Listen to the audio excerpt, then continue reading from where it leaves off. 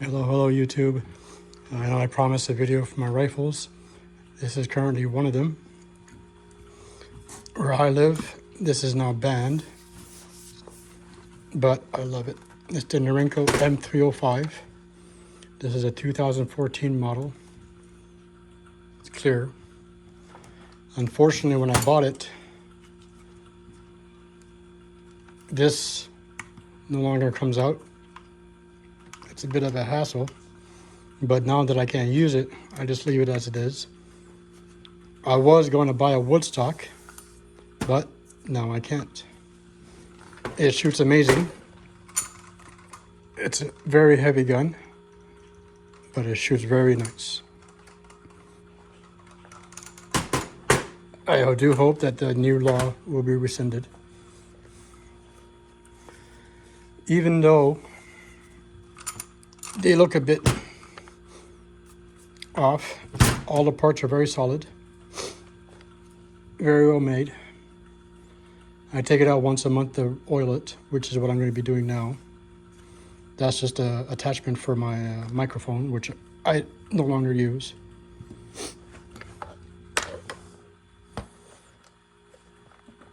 Before the ban, this is what I shot the most. I think I mentioned it before, even though I have pistols, CZ, empty, Beretta, empty. Even though I've been shooting these a lot, it's because I'm no longer allowed to shoot this. But when I served, it was the M16, obviously not the M14. But for me, rifles are always more comfortable for me to shoot. When I shoot rifles, this is how I hold it. Obviously, I'm doing this left-handed. I'm right-handed, but with the camera, this is how I'm showing it.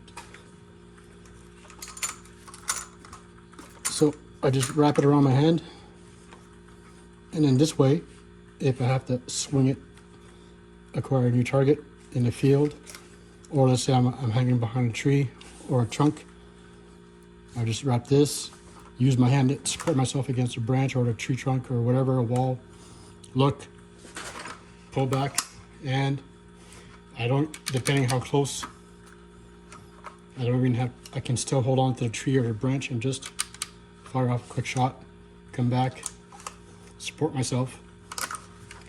Because unlike what you see in the movies or other YouTube videos, I'm not there with just my pants and my shirt. I'm there with the full rucksack that weighs up to 200 pounds. So that's why, you always hold on to something. Now, because of the magazine stuck in there, it's kind of a hassle, but if the law ever gets rescinded, I'll be buying a 20-round mag, which obviously will be pinned. But everything else, I haven't touched it. This is how it was when I got it.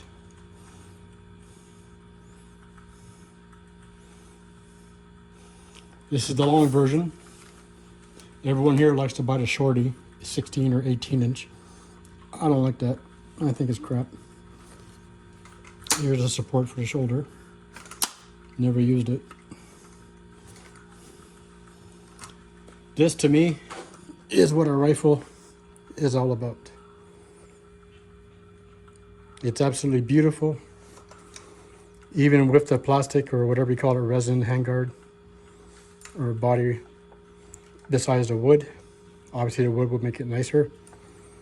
But for me, this represents perfection. Up to 100 meters, I could shoot dead on. Sadly, back then I didn't keep the targets for the rifle. I kept the targets for the pistols, obviously. But that's because I presumed that I'd be shooting this more often. Now, a lot of the videos I did on the range was for shooting this, but then the ban happened, so that threw off everything I wanted to do. The sling came with it. It was already attached. This is registered for Canadian use.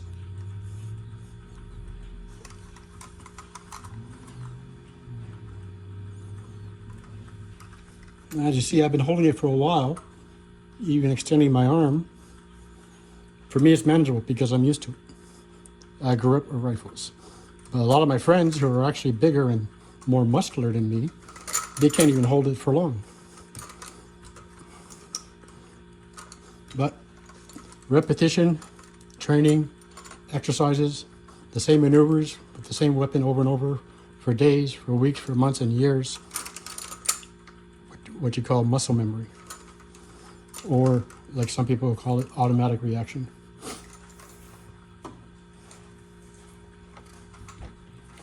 My other rifle is a Lee Enfield, which right now is at a gunsmith.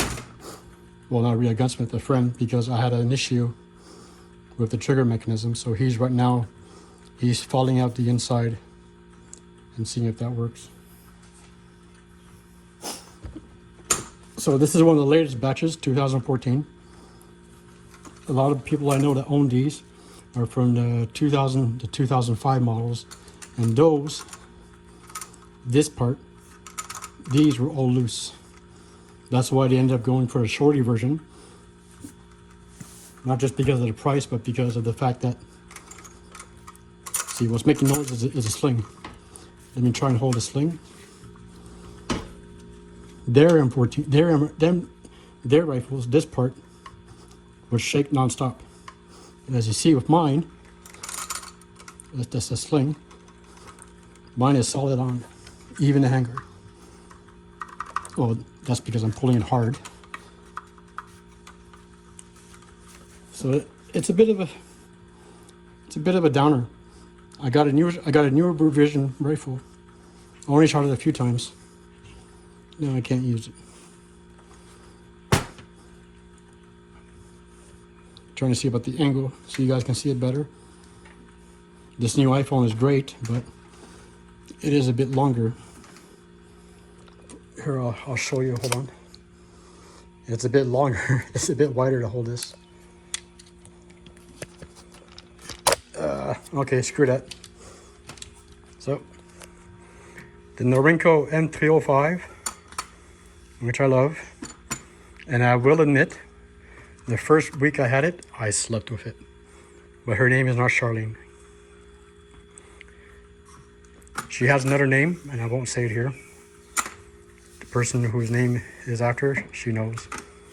She shot it, and she loves it.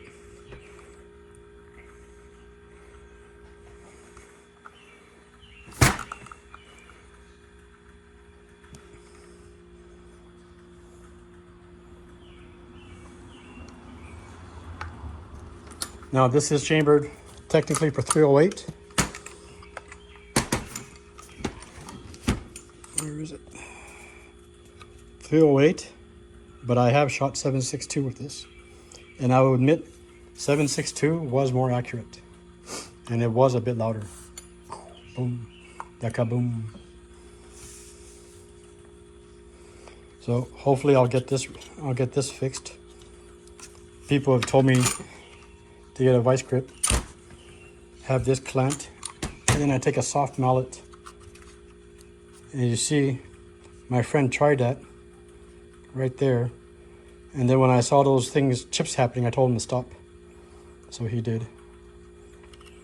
So I'm gonna try and put as much lube as I can, let it sit, and try and use the grips to pull it out. I won't film that. Yeah, film myself being an asshole. CZ, I love you. And let's not forget Beretta. Princess. And of course, everyone's favorite, which they seem to love the comment on, Smith & Wesson 686-1. Beautiful, beautiful gun.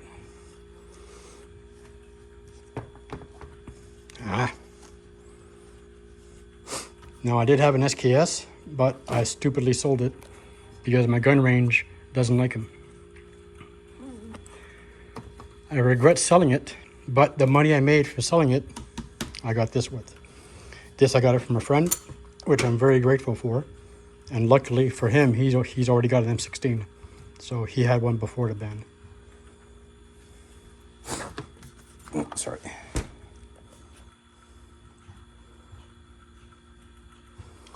I've never touched these. And when I shot 100 yards, it was dead on. I can't guarantee for the follow-ups, but the first 2 shots were always dead center. I can't wait to be able to shoot this again. Most people I know who own this are hunters for moose and deer, and that's perfectly okay because they used to have the Winchester 700 308s with the big scope and the bolt. But for follow-ups, nothing beats a semi-automatic when you know how to do it.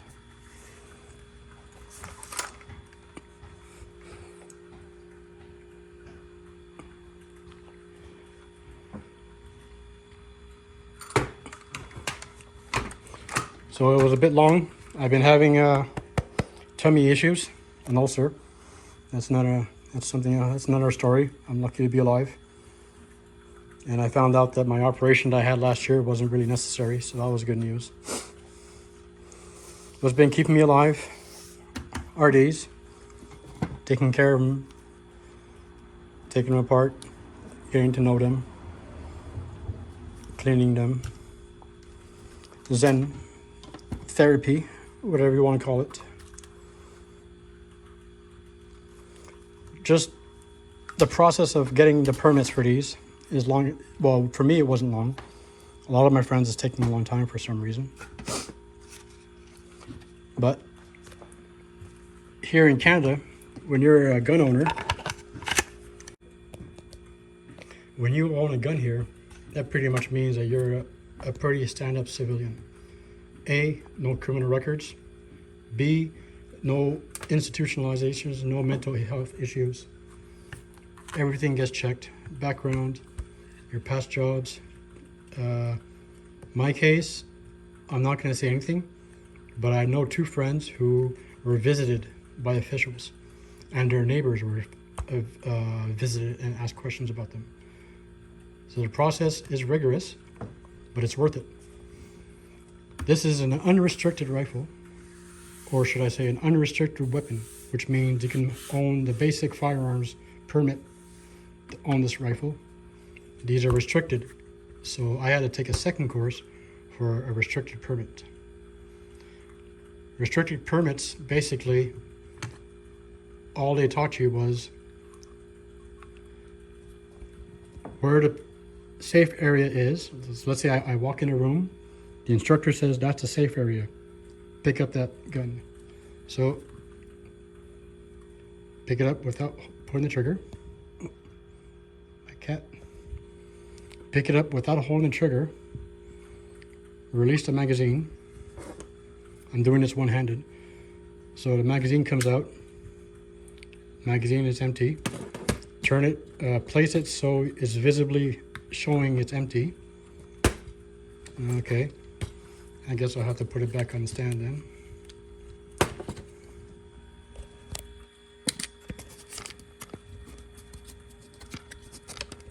Nah.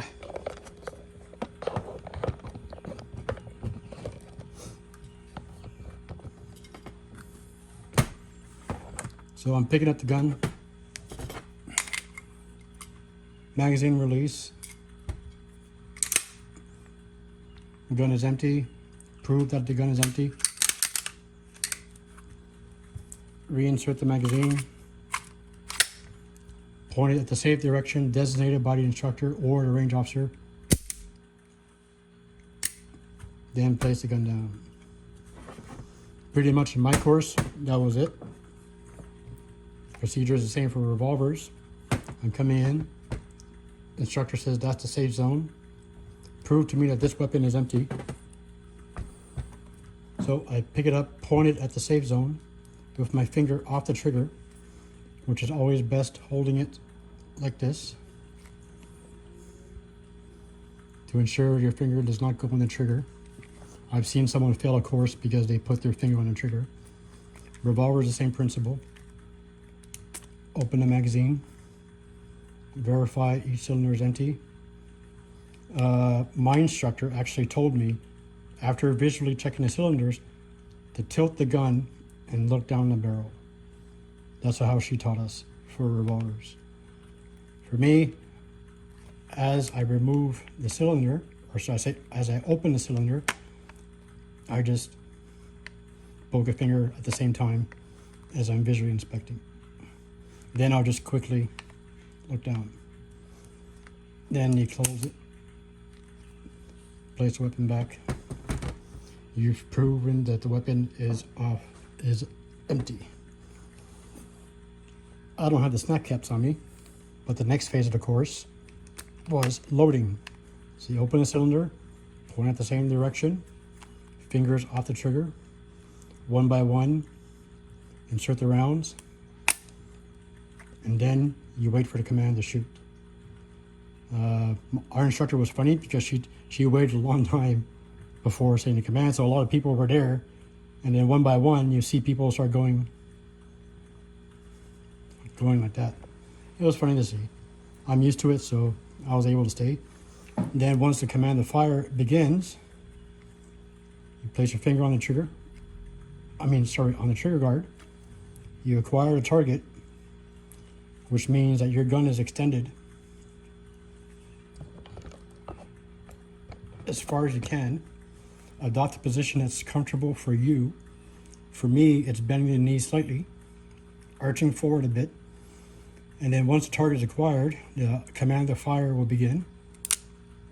So I acquired a target, and then we shoot either until our magazines or cylinders are empty, or until the instructor says stop. Then we stop, finger off the trigger, verify that all the rounds are empty, or in the revolver, empty the casings, tilt it down. The instructor comes, the instructor sees that your cylinders are empty. The instructor taps you on the shoulder, close it, finger out of the trigger, place the gun down. Same principle for a revolver. Pointing at the designated safe area. My magazine's not there. So, safe area is there. Pick up the weapon, finger out of the trigger guard. Side release is there. Prove that there's no round in the chamber. The instructor sees that. She says, load a round, or how many. So you load your magazine. Prepare to fire. And she says fire. Rack around. This is empty, so obviously there's not going to go back. This is the safety weapon. Safe. Stay in position. You acquire your target. Instructor says fire when ready, or fire on your own time, depending on your commands. So when you're ready, off safe, finger on the trigger, acquire your target, your sights, steady your breathing.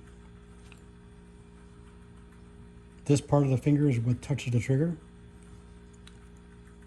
Bang, bang, stop, cease fire. Empty your weapons. Eject. Make sure nothing is in the chamber.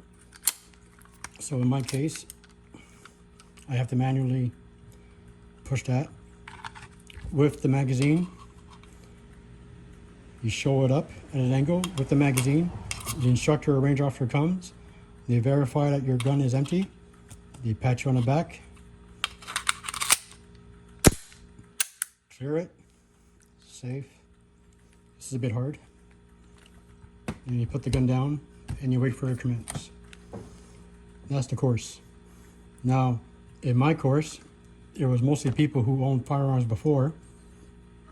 So we were taught drills when there was obstructions, blockages.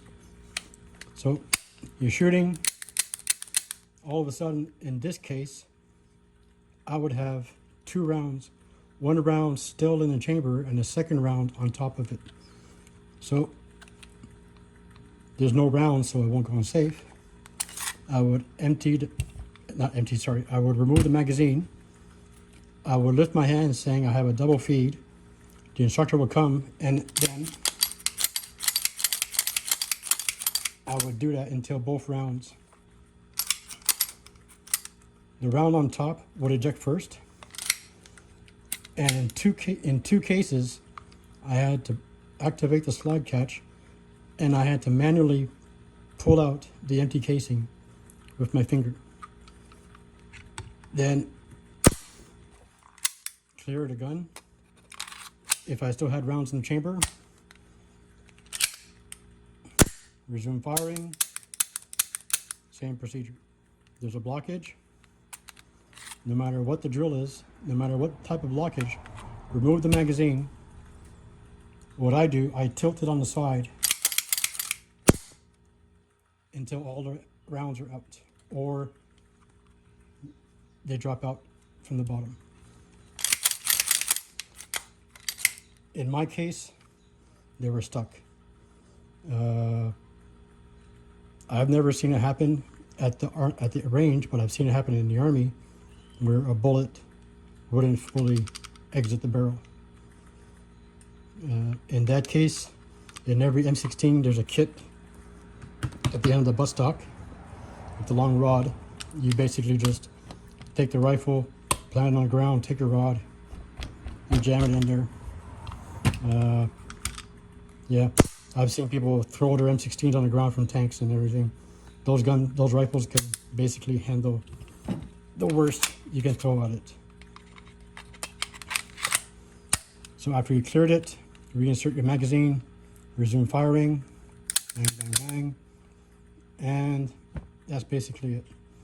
If you had no issues, bang, bang, bang, last round, simple, easy. Remove the magazine, verify it's empty, tilt the gun, look in the barrel. Do not, even though it's empty, do not go, hey, Tigi, hey guy, my gun's empty. Can I go get my target? You don't do that. That's a big fail. Keep it pointing in the safe directed zone. Place your gun down. In our cases, we're told to move back a few steps from the table. I don't know how it works in other ranges. I haven't been to one. I've only been to one range. And then when the range officer comes, he verifies that you said you shot your last round for the day. He looks over, he will do this, he will do this, tap you on the shoulder. That's it for the day. Take a broom, sweep up your cases, clear your gun. At my range, they do not like it when they see you do this. Then you attach your safety lock. Me personally, I do the same thing. At my range, or club, I should say, they prefer if you do that. Then you attach your security locks. Me personally, I do the same thing. I leave the magazine out. Same thing when I served. Whenever there was no reason to have the magazine attached to the rifle, we always remove the magazine, put it into our pouches. This is a new holster I got. It's pretty bit more, it's not as complicated as it seems. It's basically two attachments.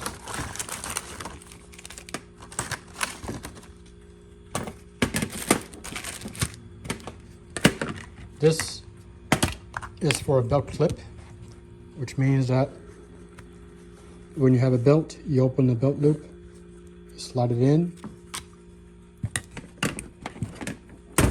and this attaches to that. But what I'll be using is this.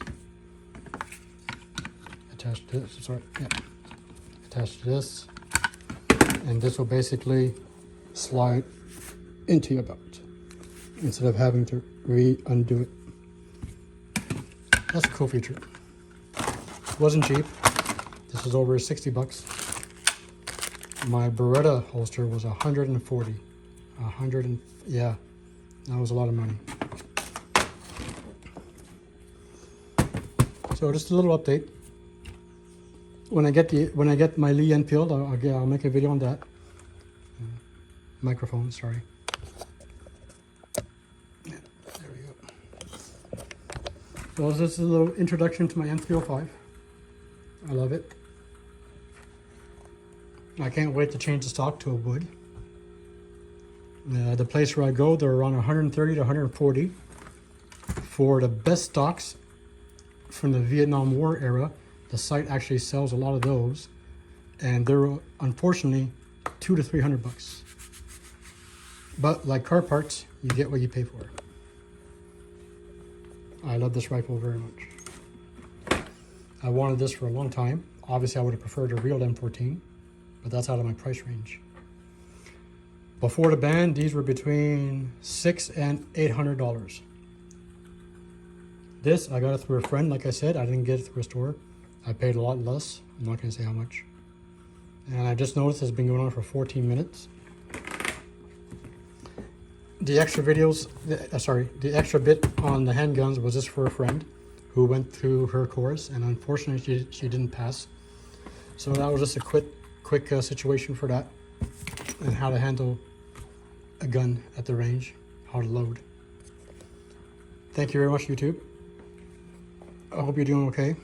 Summer started here. And if you guys are shooters like me, enjoy your time at the range. Good night.